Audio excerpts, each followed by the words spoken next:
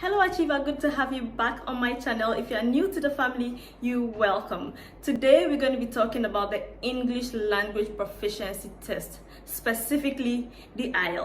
And this is because when you're applying to study in most universities, especially in the UK, you would be required to show proof of your ability to communicate in the English language, and that usually has to come through a language proficiency test.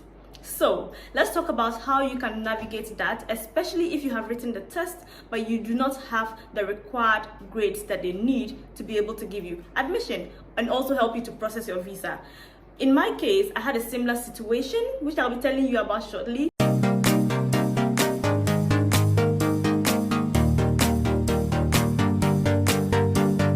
Sharing with you some universities in the UK that do not require IELTS. If you have not subscribed yet, make sure you subscribe for more. How do you send an email to be able to get your IELTS conditions waived? Let me start with a little story. So when I was applying to study in the UK, I had the grades that I needed. I wrote the IELTS and I had the grades that I needed, except that in my reading test, I needed 6.5 minimum, but I had 6.0. So just the 0.5 wanted to stop me from getting an unconditional offer. Remember that if you do not get the English language proficiency test requirement, your condition could still, or your offer could still be conditional until you are able to provide the grades that they need from the English language proficiency test. So you have written the test and you do not have the grades that you need to get admission. There's a way to go around this, and I'm going to be telling you what I did in my case. So when I got 6.0 in my reading test instead of a 6.5, because I needed a 6.5 to be given an unconditional offer, I had everything that I needed in the other aspects except for reading. I sent an email to my program director. So I hadn't met her before, but then I was applying to her university and to her department or to her program. So I needed her to help me out. In your case, this is something you can do as well. So I'm going to be sharing with you how to write that email, tips to be able to get that waiver, because thankfully I was able to get that condition waived and I had admission. The sad thing is that because I did not really get a response early enough, I was sort of panicking, so I went to register for a different language proficiency test and I got the required grades. On the same day I was going to write the test was the day I had my condition waived, but I wrote anyway. So in this case, I'm going to be telling you how to go about it. So first you're going to send an email. And remember what I always say about emails, it has to be professional, it has to be one that communicates clearly what you need. And so what are the components of this email? What is the subject line? How do you start and how do you finish? The first thing you need to know, or you ought to know, is the fact that you need to find the email address of the person you're writing to. And if you're writing to your program director or to the admissions office or whoever you're addressing this letter to, you should be able to get the email address, the right email address. If you're writing to someone in your department, you would definitely find their email addresses or the person's email address on the university's website or in the department's portal of the university's website. All you need is a Google search. You just need to search and find the person's email address. If you're writing to the academic department or to the admissions office, you can also find their email on the university's website. You have to be sure about what you're putting in that email, because that is absolutely crucial, right? And that will determine whether or not you get the condition waived. I'm saying this bearing in mind that you did not have very bad grades in a way that would make them not even want to think about it, right? So let's go to the email. What would be the subject line? In my email, I just made it simple: waiver request. Waiver request. That was the subject line. So you can just make that your subject line, waiver request. And in the email, you start writing, dear, I know you know how to write an email, right? I'm just going to tell you about how you can try to make it convincing. So you write the name of the person you're addressing it to, whether it's dear admissions team or dear doctor this, that, right? So you write that. And then when you start the body, you have to introduce yourself. So you introduce yourself, tell them that you have gotten admission to study in that university and quote the academic year. Say, for example, 2022-2023 academic year, right? And my student's number is, because definitely if they give you admissions by that time, they would have given you a student number. My student number is this, and I've been given admission to study ABC in this department or in this university. And let them understand why. For people who are applying for Chevening or for different scholarships, for example, maybe you need to get admission really quickly before the to be able to get your scholarship, right? And then maybe the university hasn't given you an unconditional offer yet, so you can let them know that, okay, so I am an applicant of so and so scholarship, and according to my scholarship's requirements, I should be able to produce or provide an unconditional offer by, say, July 2nd of this year. And I have written the test, and I mean, not dito, right? I have written the test, and these are my grades. So you quote your grades. After you have written that, you can let them know that, okay, so I studied. So, you know, I'm sure these universities already know that you studied in English. They know that you worked in an organization which uses English. Maybe you're from an English-speaking country. But unfortunately, because we are not native speakers, they do not classify you as someone who can have that condition waived. So, but you have to still emphasize that you grew up in a country where the entire educational system is in English. You wrote this exam. So if you wrote the basic education certificate examination, you had, for example, one in English. You wrote the West African Senior School Certificate examination, or whichever examination you wrote in your country, and you had this grade in English language. So you are using that to add to the IELTS results you had, right?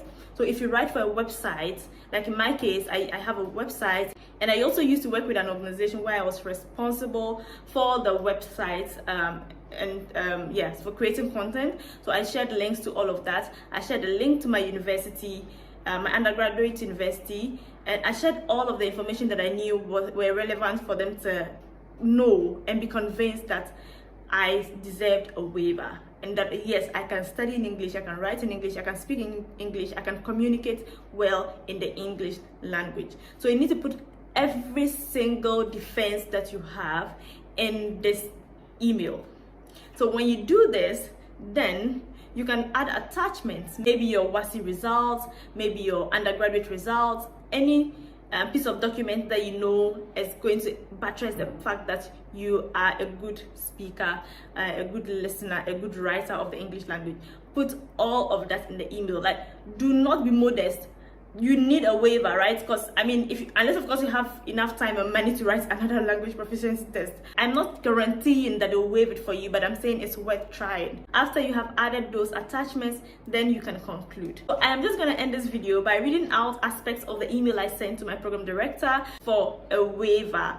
So let's get to it. I'm going to be reading bits and pieces of that email I wrote to you guys. I have gone for my computer, and I'm going to be reading aspects of the email to you, and then you can also use it to write your own email.